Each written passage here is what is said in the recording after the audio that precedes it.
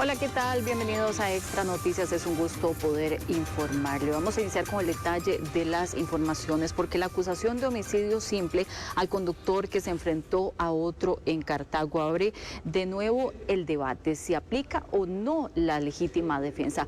Vamos a ver qué opinan los expertos al respecto.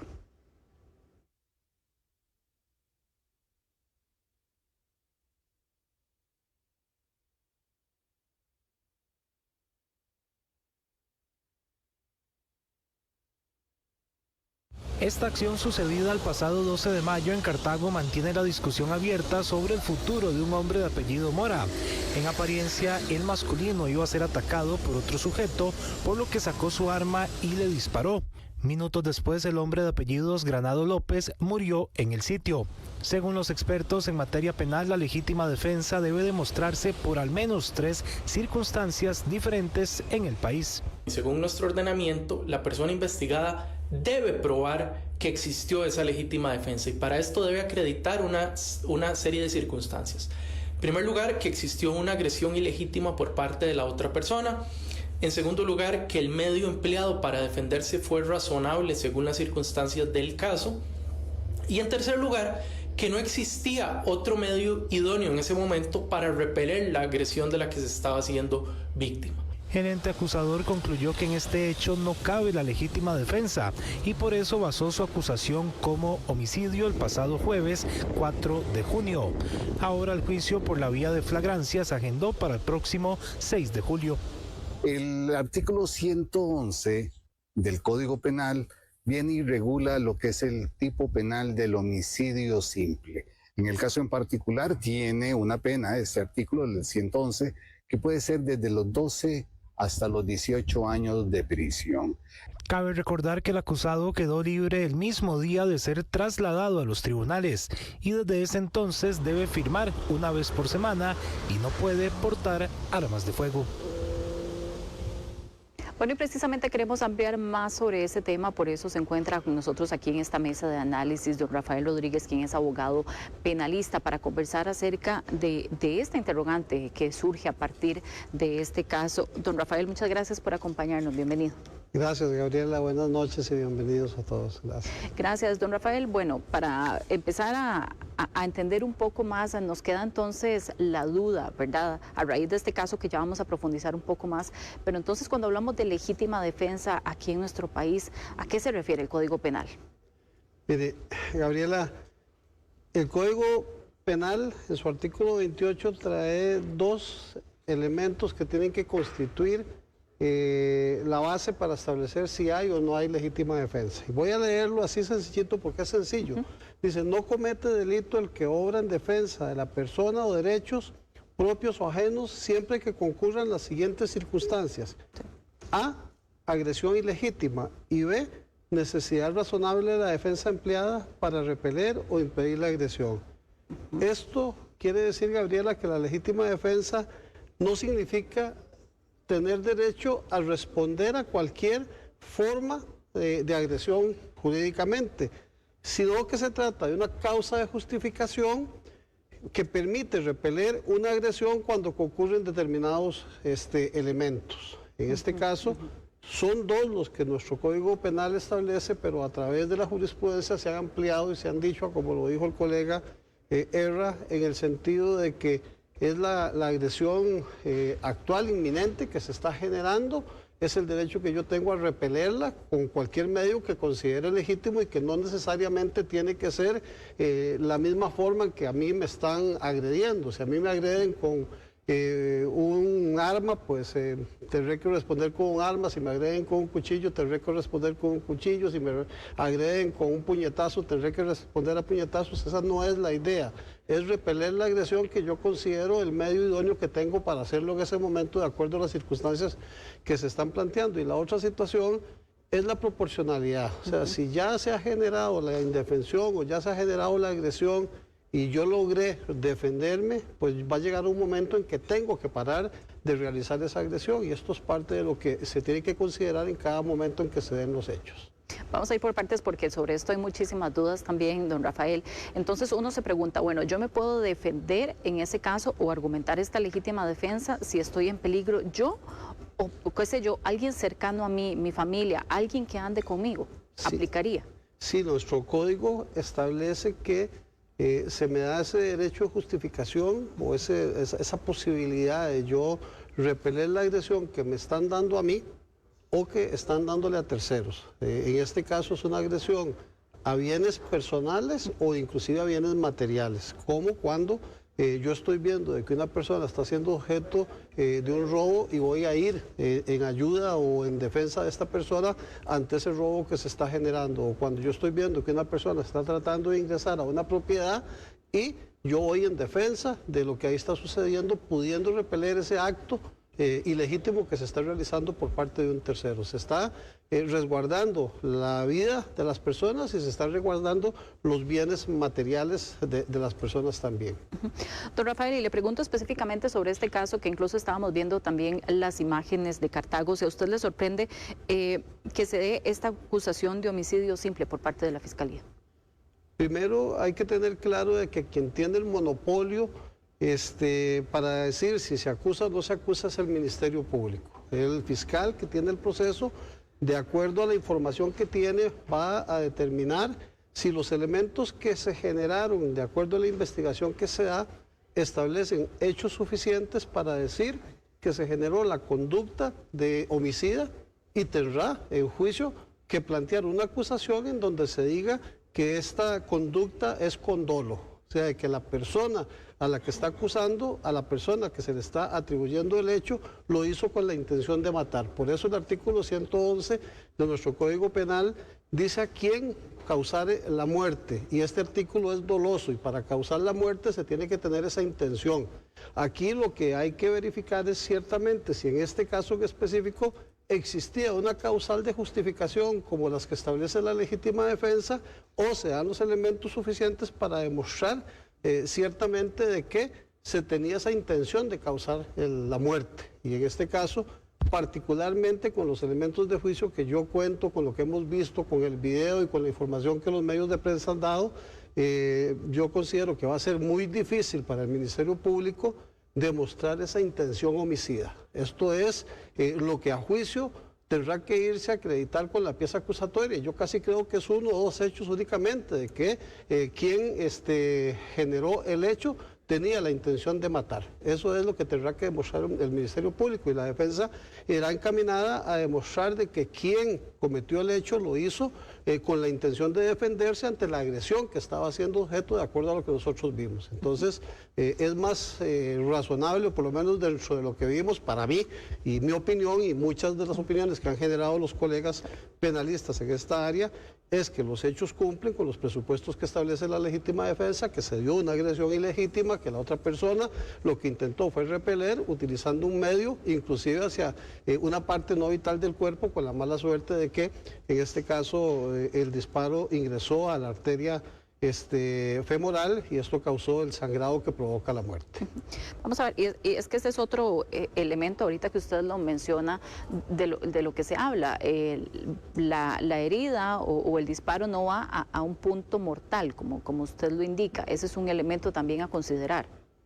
Mire, las circunstancias de la forma en que se da, si nosotros vemos el video, lo que observamos es primeramente que quien falleció venía en un vehículo, colisiona el vehículo de la persona que se le acusa del hecho, se baja de su vehículo, aparentemente hay alguna comunicación previa, hay algunos datos que se dan entre ellos, es lo que dicen los testimonios. En algún momento la persona que conduce se ve donde saca pues un objeto contundente que dicen que es el mango de una pala. Se viene hacia el conductor del vehículo de adelante, se ingresa a su carro, saca un arma y muestra el arma y no se ve de que inmediatamente dispare, sino que se ve que está indicándole ahí un arma. La otra persona continúa con su actuar, hace agredirlo y quien hace uso del arma pues gira el disparo hacia la pierna. Si es un portador legal, si es una persona que tiene conocimiento del arma y tenía esa intención de matar, pudo haber dirigido el disparo al pecho, pudo haber dirigido el disparo a la cabeza y no, lo hizo para repeler la agresión hacia una parte no letal que es las piernas. Entonces aquí podríamos pensar que ciertamente estas circunstancias lo que determinan es que esta persona no tenía esa intención de causar la muerte tal cual está siendo acusado, sino que lo que estaba haciendo era repeliendo esa agresión. Y vamos ahora a otro punto que también genera muchas dudas y son las pruebas. Ahora contamos con videos, con muchísimas herramientas de este tipo, audiovisuales también para ver, por ejemplo, una situación de esas que ocurre en vía pública. Pero ¿qué tan importantes son pruebas, testigos en un caso en el que se argumenta legítima defensa? Mira, aquí el video es determinante. El video es determinante porque en él se muestra cuál fue la dinámica que se dio en ese momento. Por lo menos se ve el choque, hay dos videos con dos visiones diferentes. En este video se ve también que hay una persona que está en el lugar de los hechos, que está viendo, que está escuchando lo que está sucediendo y probablemente el Ministerio Público le ordenó al organismo de investigación judicial identificar quién era esa persona. Se tiene que tener la versión de esta persona. Además, la misma manifestación del imputado, si ejerció ese derecho tiene el derecho de abstenerse, pero también tiene el derecho de contar y decir qué fue lo que pasó, puede ser una versión que también se genere. Y hay algunas personas que ven lo que está sucediendo. El dictamen de la autopsia va a determinar a dónde fue que se realizó el disparo, cuál fue la causa muerte, cuál es el daño que se dio, y estos son los elementos que va a tener el tribunal para establecer esa responsabilidad. Es la prueba con que cuenta, las manifestaciones y lo que se está viendo. Don Rafael, también usted mencionaba un punto que es el tema de la proporcionalidad. Cuando me agreden con un arma, ¿cómo respondo yo, verdad? ¿Cómo se hace esa valoración? Y no sé si tal vez estábamos viendo imágenes también de un caso que tenemos muy fresco todos en la mente, que son los dos vecinos que se enfrentaron también en un condominio en Escazú, pero quisiera tal vez tomar como ese otro ejemplo para entender esa diferencia entre lo que estamos hablando, ¿verdad? Son dos situaciones, en algún momento también ahí se hablaba, se discutía, si había legítima defensa, pero ¿cuáles son esas diferencias en esos casos para poder comprender mejor? Sí, cuando la norma dice la necesidad razonable, estamos hablando de utilizar una defensa necesaria. Aquí la respuesta que se tiene que dar o que se da es si yo puedo hacer uso de un elemento de fuerza diferente al medio con el cual a mí me están atacando. Si ese es el medio que yo tengo en ese momento y si ese es el que yo considero que es idóneo, pues va a ser el medio que en el caso en específico se tiene que acreditar como el medio idóneo para ello. Aquí más o menos podríamos pensar en una situación, bueno, me están agrediendo a mí de palabra y esas agresiones son solamente de palabra, ¿podré yo ante esa agresión de palabras utilizar un arma para defenderme de esa agresión meramente de palabras? Bueno, aquí lo que nos dice la lógica es que no. Pero si a mí me van a agredir con un arma contundente y yo pongo o creo que mi vida o mi integridad está en riesgo, pues tendré que usar el medio que en ese momento tengo. Puede ser que agarre una piedra, esta persona tenía su arma, es portador legal y ve que el único medio que él tiene en ese momento ante esa agresión es la de hacer un disparo. Entonces, aquí la Corte, los tribunales, la jurisprudencia ha establecido de que el medio que se ubica para defenderse no necesariamente tiene que ser el mismo con el cual a mí me están atacando. Es el que yo considero que en ese momento me permitió a mí defender mi integridad. Ahora también la norma o la ley dice de que tiene que ser razonable. Esto quiere decir también de que si ya yo con un acto logré que la otra persona quedara en indefensión y ya yo logré evitar esa agresión que se me estaba generando, pues ahí para también ya la defensa que yo estoy dando, para que no se convierta esa defensa en una defensa excesiva, porque también se puede causar un mal mayor.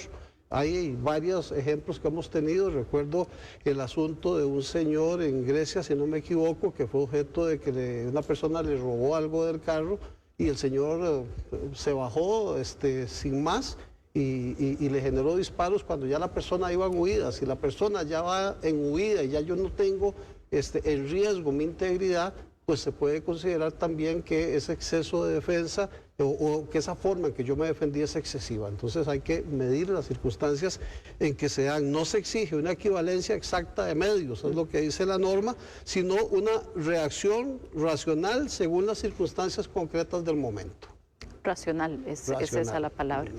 Y bueno, aquí nos lleva también a otra pregunta, porque muchas veces se cuestionan las personas. Si hay una provocación, por ejemplo, y usted lo explicaba, ¿verdad? Entonces uno dice, bueno, es que hay una provocación. ¿Cómo se determina, verdad, en esa relación? Gabriela, ese es un punto importantísimo, es actuar sin provocación suficiente. O sea, quien genera deliberadamente el conflicto o provoca la agresión, difícilmente podrán pararse la legítima defensa. Aquí nosotros no sabemos qué fue lo que ellos discutieron, no sabemos si efectivamente se generó alguna circunstancia que permitiera a uno tomar la decisión de disparar o que permitiera al otro tomar la decisión de tratar de agredir y con eso se provocara la acción de querer defenderse. Si el hecho no es provocado, si no existe esa misma provocación mía para yo después venir a alegar que me justifica el que a mí me agredieran y el yo tomar esa acción, eso también se considera. Entonces aquí efectivamente hay que actuar sin provocación suficiente y eso es parte de lo que también se tiene que analizar en el proceso, en el juicio, en el desahogo de las pruebas que se van a dar en los testimonios, y en lo que nosotros tenemos a vista en los informes que hay para poder saber si hubo alguna provocación, si se dio esa agresión, que es lo que nosotros estamos viendo que se da, si se generó la posibilidad de defenderse, si ese era el medio que se tenía y si se utilizó de manera adecuada. Usted mencionaba ahora un punto y es el uso de armas personales. Cuando una persona tiene un arma con sus respectivos permisos, cuando tiene esa posesión de armas, tiene un manejo, ¿verdad? Es lo que uno esperaría, tiene conocimiento de cómo se utilizan y cuándo utilizarlas. Pero ¿cómo cambia también esta situación de legítima defensa con oficiales, por ejemplo, con su arma de reglamento? ¿Aplica también lo que hablamos de legítima defensa?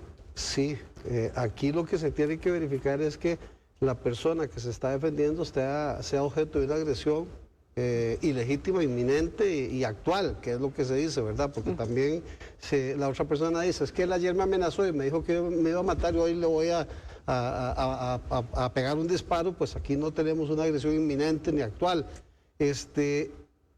Nosotros, en este caso, yo en algún momento fui portador de armas, tuve mi permiso hace mucho tiempo que dispuse no usarlo, pero cuando se nos entrena para el uso de las armas, siempre se nos dice de que si yo voy a sacar o a desenfundar mi arma, la voy a sacar cuando ya tengo claridad de que voy a usarla. O sea, no es que el arma se saca únicamente para amenazar, es porque ya yo estoy en esa disposición de usarla ante el peligro que se está generando. Entonces, aquí tenemos que tener mucho cuidado porque las autoridades también que tienen esa disposición de defenderse con un arma, si están siendo objeto de una agresión inminente y legítima, pueden utilizarla para efectos de defenderse. No les impide el hecho de que ellos conozcan, de que sean expertos, el poder hacer uso. Ahora, ese uso racional que también se pide que se dé, porque hay proporcionalidad en cuanto a la defensa y eso es lo que se tiene que medir. Y cambia en alguna manera, o vamos a ver, cómo se puede entender cuando ocurre dentro de la vivienda. Cuando ingresa, por ejemplo, un delincuente a la casa de una persona y tiene que defenderse, esta persona muere, evidentemente dice, bueno, es que ingresó a mi propiedad. El artículo 28 en el párrafo final nos da la respuesta a eso. Dice, se entenderá que concurre esta causal de justificación para aquel que ejecutare actos violentos contra el individuo extraño que sin derecho alguno y con peligro para los habitantes ocupantes de la edificación o sus dependencias se hallare dentro de ellas cualquiera que sea el daño causado al intruso. Esto lo que quiere decir es que efectivamente yo tengo el derecho de defenderme si considero que una persona ya ingresó a mi casa de habitación, ya está no solamente en mi casa, está dentro de una propiedad en la cual no tiene derecho a estar y solamente ese ingreso ya genera esa posibilidad de peligro que se está diciendo, esa agresión ilegítima al bien que hay. Entonces la normativa establece ese derecho que yo tengo de defenderme cuando considero que una persona pues ha ingresado de manera ilegítima a mi propiedad. Yo desconozco cuáles son las intenciones que tiene esa persona, pero en defensa de ese derecho que hay y en virtud de esa violación de domicilio, pues la ley me permite a mí poder defenderme y ahí hay una causa de justificación para yo poder accionar. Don Rafael, y valga tal vez aquí para hacer la la explicación también de su parte, porque creo que ya que conocemos y ampliamos en todos estos detalles, sin embargo, estamos en una sociedad con muchísima violencia. Vemos discusiones en las carreteras todo el tiempo, enfrentamientos, agresiones también, pero bueno, hay una diferencia también de que un momento de ira puede convertirse en un delito en cuestión de minutos también. ¿Cómo podemos además hacer esa diferencia o incluso el llamado por la situación que estamos viviendo y lo vemos todos los días? Gabriela, no solamente estamos teniendo estos problemas de falta de control y de salud mental de las personas para poder evitar que este tipo de agresiones se den. Hoy veía un video, me hicieron una pregunta sobre una situación que se dio también en redes, en donde una persona se baja del vehículo, hay una discusión, empuja, y en el momento en que empuja a la persona, esta persona pierde el equilibrio y en ese momento está pasando un vehículo y lo atropella. Bajo el contexto de que única y específicamente las personas estaban discutiendo. Hay situaciones que pueden ser evitadas, tenemos que saber controlar lo que está sucediendo y no tomar justicia por mano propia, que también es parte de lo que nosotros tenemos. Hay ocasiones en donde las personas creen que porque alguien cometió una acción irregular, tienen el derecho de agredirlo, tienen el derecho de hacer un arresto, digamos, civil que se puede hacer, pero que también no permite que a la persona se le generen daños con ocasión de ese daño que esta persona sucedió, porque entonces estamos repeliendo la acción, estamos generando la posibilidad de ejercer nuestro derecho ciudadano, de tener una acción, pero también podemos causar con un exceso de defensa, con un exceso de acciones, daños a la otra persona que pueden ser atribuidos a mí o a la persona que cometió ese daño como una responsabilidad diferente. Entonces aquí la gente y los ciudadanos tienen que tener claro de que tenemos el derecho a defendernos, de que tenemos que defendernos de manera proporcional y de que cuando estamos siendo objeto de algún tipo de circunstancia en donde veamos que hay un riesgo para nosotros, tratar de evitar cualquier situación que se dé, ser un poco más tolerantes, tener un poco de empatía de la manera en que nos conducimos. Nos estamos matando en las calles, estamos viendo que la gente no tiene por lo menos la intención de generar ese derecho a pase, a continúe, a siga usted al uno a uno, en una pega, a que cualquier situación, el semáforo se pone en verde y ya nos están pitando de manera inmediata. No sabemos los problemas que tiene la gente y la forma en que puede actuar ante una reacción de estas. Entonces, lo prudente es tratar de evitar cualquier situación y llamar a las autoridades. Si consideramos que hay alguna situación que podemos evitar, llamemos a las autoridades y no tomemos justicia por mano propia. Por ahí leí una frase que decía que la venganza no es defensa. Entonces aplicaría esto que usted nos está explicando. No sé si está de acuerdo. Sí, es que al principio decía que la legítima defensa no es una patente para yo poder actuar en contra de alguien, sino que es la forma en que la ley me permite a mí que puedo defenderme de manera justificada cuando existe ese peligro inminente para mí, para mis bienes o para los bienes de un tercero. Entonces, que no veamos esto como la idea de vengarnos porque alguien cometió un hecho y este hecho nos puede causar a nosotros también consecuencias de carácter legal, desde el punto de vista penal y desde el punto de vista civil. Y le pregunto también, porque justamente hablando de estas reacciones que tienen las personas generalmente, las amenazas, las lesiones, daños a vehículos o propiedades son delitos también a los que se expone una persona. Sí, todo aquel que comete un daño pues está en obligación de repararlo de manera civil y si este daño o si este hecho que cometió está marcado dentro de un tipo penal que es castigado por la ley, pues tendrá que tener esas consecuencias penales desde el punto de vista del daño a las cosas, del daño a las personas y no solamente el daño que se causa, sino los daños materiales, los daños morales y los daños psicológicos que traen como consecuencia también la ejecución de un hecho de carácter delictivo, sea doloso o sea culposo. Cualquiera de los dos traen consecuencias penales, consecuencias civiles de reparación y son procesos pues, que son desgastantes para todas las partes, no solamente para la víctima, los victimarios que sufren las consecuencias de un hecho de carácter delictivo, sino para la persona que está siendo acusada de ese hecho, máxime cuando la persona está siendo acusada y se piensa de que esa responsabilidad no existe. Vimos en redes sociales el hecho de que inclusive el fiscal haya determinado encausar por el delito de homicidio, trajo una serie de divergencias en la ciudadanía, de que cómo es posible en este caso que esta persona que se defendió vaya a ser juzgado cuando existen otros hechos en donde se llevan a las personas ante las autoridades y no se toman medidas de este tipo. Pero es lo que cada proceso da y serán los tribunales los que determinen qué hay. Sí considero, por lo menos en este caso en específico, que da suficiencia para pensar que hay una legítima defensa y probablemente será el tribunal de juicio al que le va a corresponder determinar ciertamente si el Ministerio Público puede acreditar esa intención de matar o si efectivamente se generó ese derecho a defenderse por la agresión ilegítima de que estaba siendo objeto el ciudadano que está siendo acusado por el hecho. Que vamos a estar muy pendientes, por supuesto. Don Rafael, finalmente su mensaje, su reflexión sobre el tema de legítima defensa que conversamos el día de hoy. Sí, tenemos que tener mucho cuidado. Nuestra normativa nos permite a nosotros poder defender nuestros derechos, poder defender los derechos de los terceros, pero bajo el contexto de que se tienen que dar dentro de lo que la norma establece, cuando hay una agresión ilegítima y esa defensa es de manera proporcional. Entonces, tengamos cuidado, no todo lo que permite encauzar la defensa de nuestros derechos porque estemos considerando que estemos siendo agredidos constituye una agresión ilegítima y no todas las formas en que nosotros consideramos que podemos defendernos están enmarcadas dentro de esa causa de justificación. Muchas gracias, don Rafael Rodríguez, abogado penalista, por acompañarnos hoy en Mesa de Análisis.